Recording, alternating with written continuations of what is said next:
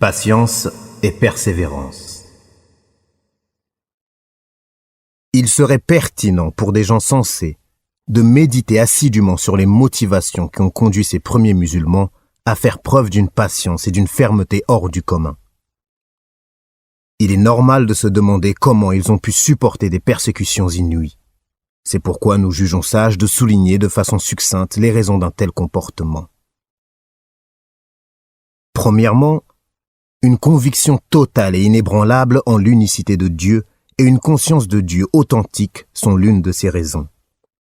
Lorsque la foi emplit le cœur, elle pèse aussi lourd que les montagnes. Celui qui porte la foi considère les difficultés de la vie, si nombreuses et intenses soient-elles, aussi minimes que l'action de l'écume flottant à la surface d'une pluie torrentielle qui ébranle barrages invulnérables et forts imprenables. Cela n'a guère d'importance pour celui qui connaît la douceur de la foi et de la certitude. Quant à l'écume, elle s'en va sur les rives en pure perte, et quant à ce qui profite aux gens, il demeure dans la terre. Sourate 13, verset 17.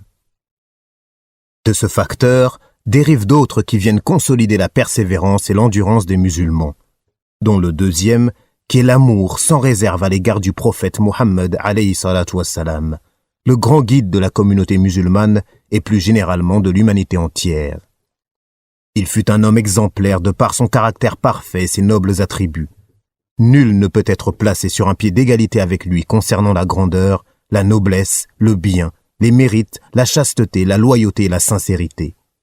Cela a été reconnu de façon unanime et incontestée, même par ses ennemis. Abu Jahl lui-même, l'ennemi juré de l'islam, répétait souvent ceci: « Ô Muhammad, nous ne pouvons te traiter de menteur, mais nous disons plutôt que nous ne croyons pas à ce que tu as apporté. » Il a été rapporté que 3 membres de Quraysh écoutèrent chacun séparément et en secret quelques versets du noble Coran. Plus tard, ce secret fut dévoilé et l'un d'eux demanda à Abu Jahl ce qu'il pensait de ce qu'il venait d'entendre de la bouche de Muhammad alayhi salatu wassalam. Celui-ci répondit: « Nous rivalisons avec les Banu Abd Manaf en ce qui concerne l'honneur de détenir la direction de cette cité et d'exercer notre générosité envers les pèlerins. Et nous nous sommes partagés les privilèges de façon équitable. » Puis ils commencèrent à se vanter du fait qu'un prophète venait d'être suscité en leur sein, porteur d'une révélation divine. Je jure par Dieu que nous ne croirons jamais en lui. Dieu dit à ce propos, selon le sens du verset: « Or, vraiment, ils ne croient pas que tu es un menteur. Mais ce sont les versets de Dieu, le Coran, que les injustes renient. » Un jour, les négateurs de Quraysh adressèrent au prophète alayhi salatu wassalam à 3 reprises une remarque cynique, mais il garda le silence avant de leur répondre ainsi: « Ô Quraysh, un grand malheur vous menace. » Les mécréants furent alors frappés de stupeur à cette annonce, et leurs cœurs se trouvèrent remplis de crainte à tel point que les plus hostiles d'entre eux se mirent à tenter de réparer leurs insultes en se montrant plus polis à son égard. Lorsqu'ils jetèrent sur lui les entrailles d'un animal alors qu'il était prosterné en prière, il invoqua contre la vengeance de Dieu, et ils furent immédiatement saisis d'une inquiétude indicible, car ils étaient convaincus qu'ils seraient anéantis. Il invoqua Dieu contre Utba, fils d'Abu Lahab, qui ne douta point qu'un malheur allait le frapper. Ubay, fils de Khalaf, ne cessait de jurer qu'il tuerait Muhammad alayhi salatu wassalam. Un jour, le prophète alayhi salatu wassalam lui promit de le tuer si Dieu le voulait. Lors de la bataille d'Uhud, le prophète alayhi salatu wassalam le blessa au cou et il se souvint alors tout horrifié de la promesse du prophète sallallahu alayhi wa sallam. Il dit à ce moment-là: « Je suis sûr qu'il serait capable de me tuer rien qu'en me crachant dessus. » Se rendant un jour à la Mecque, Saad, fils de Mu'adh, dit à Umayya, fils de Khalaf: « J'ai entendu le messager de Dieu sallallahu alayhi wa sallam dire que les musulmans te tueraient. » Umayya fut extrêmement paniqué et il jura que jamais il ne sortirait de la Mecque. Même lorsqu'Abu Jahl l'obligea à se joindre aux autres polythéistes afin de combattre le prophète sallallahu alayhi wa sallam le jour de Badr, il acheta le chameau le plus vigoureux et le plus rapide de la Mecque afin qu'il puisse faciliter sa fuite. Même son épouse le mit en garde contre toute participation à une expédition contre les musulmans, lui rappelant les paroles de Saad, et il lui répondit alors: « Par Dieu, je n'ai aucunement l'intention d'accompagner les Qurayshites et je les quitterai peu après le départ. » Les ennemis du prophète alayhi salatu wassalam étaient ainsi hantés par un sentiment d'horreur et de terreur. Ses amis et compagnons, par contre, le chérissaient au plus haut point. Il était omniprésent dans leur cœur. il était sans cesse prêt à le défendre et à assurer son bien-être même aux dépens de leur vie. Un jour, Abu Bakr, fils d'Abu Quhafa, fut sévèrement battu par Utba, fils de Rabi'a, un polythéiste particulièrement virulent. Il saignait abondamment de toutes les parties de son corps et il risquait de mourir. Pourtant, lorsque les Banu Tamim le ramenèrent chez lui, choqué par la mésaventure qu'il venait de vivre, il jura qu'il ne mangerait ni ne boirait rien tant qu'il ne lui donnerait pas de nouvelles de son noble compagnon, Muhammad alayhi salatu wassalam. Il demanda à sa mère de se rendre auprès Jamil, fille d'Al-Khattab, alors musulmane, pour s'enquérir de l'état de l'envoyé de Dieu, alayhi salatu wassalam. Les deux femmes durent ensuite l'emmener d'elles-mêmes auprès de Muhammad, sallallahu alayhi wa sallam, qui se trouvait dans la demeure d'Al-Arqam à As-Safa. Ses compagnons de la première heure étaient animés d'un esprit de dévouement et de sacrifice tout à fait authentique. Nous y reviendrons plus tard. Le troisième facteur, qui vient consolider la persévérance et l'endurance des musulmans, le sens de la responsabilité. Les premiers compagnons étaient pleinement conscients de la lourde responsabilité qu'ils avaient à endosser. Malgré les persécutions qu'ils subissaient, ils étaient convaincus de la nécessité de leur action prédicationnelle à laquelle ils ne pouvaient se soustraire sans risquer de plonger l'humanité dans un terrible désarroi. Quatrièmement, il est également nécessaire d'avoir une foi inébranlable en la réalité de l'au-delà. Tel était le levier essentiel qui soutenait leur sens aigu de la responsabilité. Il était en effet certain pour eux qu'un jour, le jour de la résurrection, ils auraient à se tenir devant le Seigneur des univers et à rendre compte de tous leurs actes d'ici-bas. Ils étaient convaincus que leur devenir dans l'au-delà ne dépendait que de leurs actions en cette vie et que ce dernier serait soit le jardin éternel, le paradis, soit le châtiment perpétuel en enfer. Toute leur vie était partagée entre l'espoir d'obtenir la miséricorde de Dieu et la crainte de subir son châtiment. Dieu dit selon le sens du verset: وَالَّذِينَ يُؤْتُونَ مَا آتَوا وَقُلُوبُهُمْ وَجِلَةٌ أَنَّهُمْ إِلَى رَبِّهِمْ راجعون. Ceux qui donnent en aumône ce qu'ils donnent, tandis que leurs cœurs sont pleins de crainte à l'idée qu'ils doivent retourner à leur Seigneur. Sourate 23, verset 60. Ils savaient bien que la vie d'ici-bas avec toutes ses joies et ses peines était insignifiante comparée à celle de l'au-delà. De telles convictions profondes les rendaient indifférents à tous les déboires et à toutes les épreuves qui ponctuaient leur existence terrestre. Cinquièmement, l'importance du Coran. Dans cette période critique et amère, les versets et sourates du noble Coran étaient les uns après les autres révélés, avançant avec une force d'attraction irrésistible les arguments et les preuves de l'authenticité des principes de l'islam, axe autour duquel gravitait la prédication. Ils indiquaient les fondements sur lesquels allait, conformément au décret de Dieu, être bâtie la meilleure des sociétés humaines, la société islamique. Les versets coraniques incitaient aussi les croyants à la patience, leur citant des exemples tirés de l'histoire des communautés anciennes et les initiant à la sagesse des épreuves qu'ils subissaient. Dieu dit, selon le sens du verset: « Avez-vous donc estimé que vous alliez entrer au paradis sans qu'il vous arrive à ce jour la même chose qu'à ceux qui sont passés avant vous ?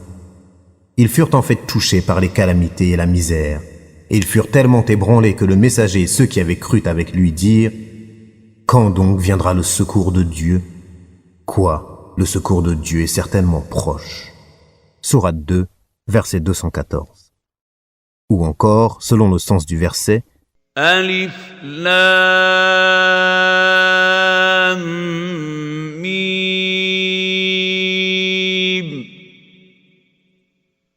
أحسب الناس أن يتركوا أن يقولوا آمنا وهم لا يفتنون ولقد فتنا الذين من قبلهم فليعلمن الله الذين صدقوا وليعلمن الكاذبين. Alif, Lam, Mim. Les gens ont-ils pensé qu'on les laisserait dire qu'ils ont cru sans qu'ils ne soient soumis à l'épreuve ? Nous avons effectivement soumis à l'épreuve ceux qui étaient avant eux, et Dieu saura assurément ceux qui auront dit vrai, et il saura certainement qui sont les menteurs. Sourate 29, versets 1 à 3. Une simple profession de foi prononcée du bout des lèvres n'est pas suffisante. Elle doit être confrontée aux épreuves de la vie, à toutes sortes de circonstances dans la vie individuelle comme dans les relations avec l'environnement, afin que soit démontrée notre capacité à œuvrer constamment sur la voie rectiligne. Il est nécessaire pour cela de donner la préséance à la volonté divine sur les penchants de notre ego. La douleur, la tristesse et le sacrifice de soi peuvent se révéler nécessaires parce qu'ils nous permettent de nous purifier, tout comme le feu d'un orfèvre permet de consumer les impuretés d'un métal. Ces versets ont apporté également une réponse irréfutable aux fausses allégations des incroyants, ainsi qu'un ultimatum clair et net, véritable annonciateur des terribles conséquences à venir s'ils persistaient dans leur égarement et leur obstination. Ils se sont appuyés sur les témoignages de l'histoire qui confirment la loi immuable de Dieu s'appliquant aussi bien à ses alliés qu'à ses ennemis. Ils ont usé également d'un style doux, montrant aux négateurs la direction dans le but de les détourner de l'égarement radical dans lequel ils vivaient.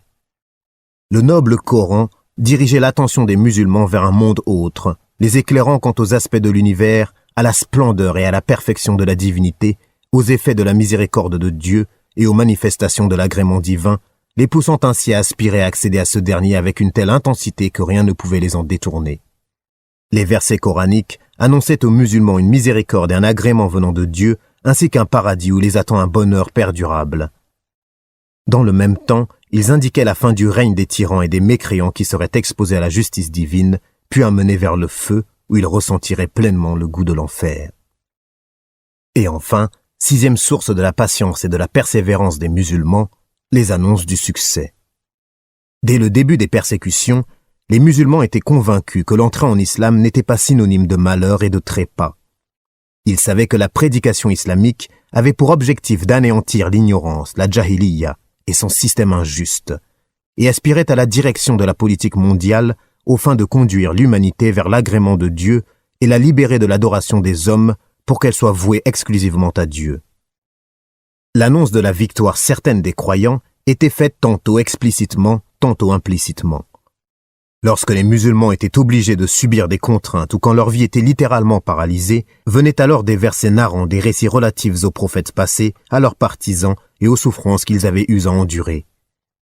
Ils comportaient aussi des indications très suggestives quant à la fin tragique des incroyants mécois et à leur perdition finale, en même temps qu'ils rassuraient les croyants en leur promettant de faire d'eux les vicaires de Dieu sur terre et de faire triompher la prédication islamique.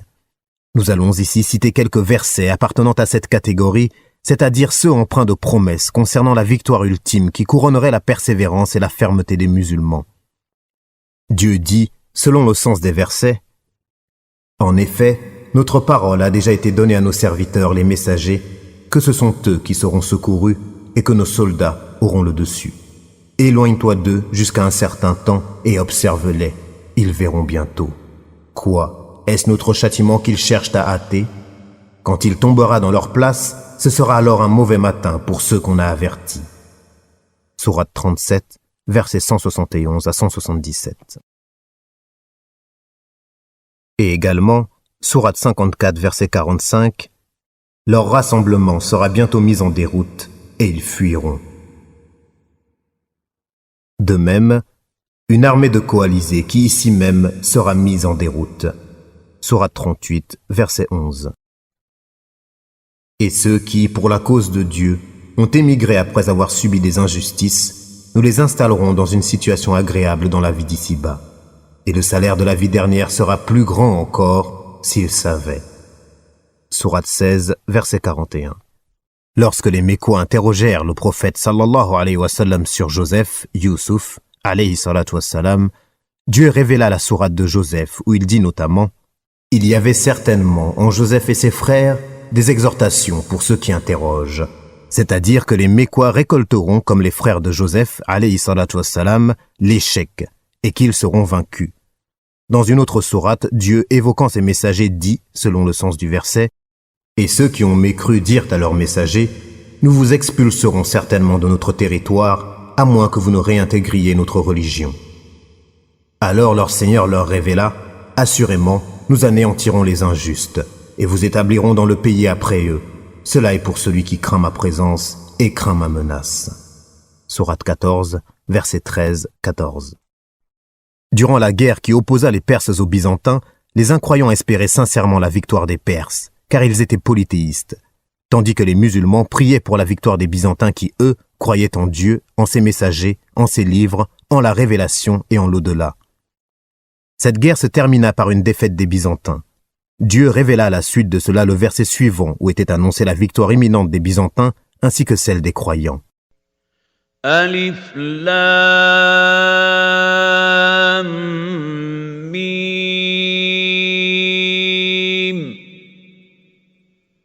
Ghulibatir Rum Fi adna al-ardi wa hum من بعد غلبهم سيغلبون